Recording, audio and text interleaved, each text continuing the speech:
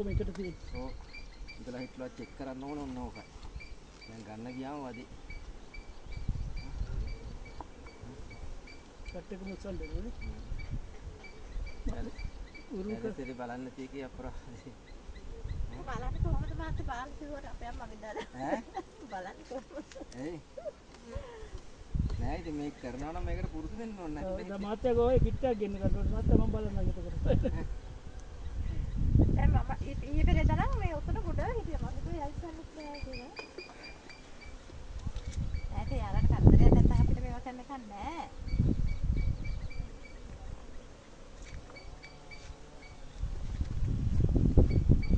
ආපොයි. මේක වහන්න වාචනයක් ගියේ. තග්ගා.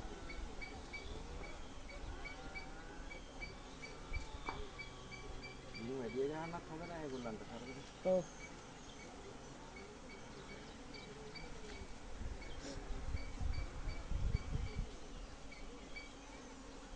කොහොමද දාඩි දාන කේෂන් එක? බෑ මොකක් හරි හයියේ පියනක් වගේ එකක් දෙන්න. මේක මේ අර කූඩේ ගේන්නකෝ. සත්තු නැත්නම් ඇතුළට යනවනේද? අර කූඩේ ගේන්න කොළ පාට එක. කවන්න. නවත් සත්තු ඇතුළට යනවනේ නැත්නම්.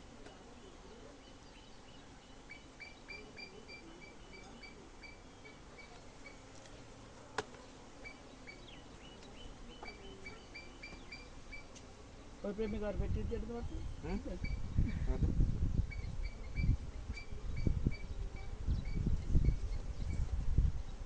ඔක්කොම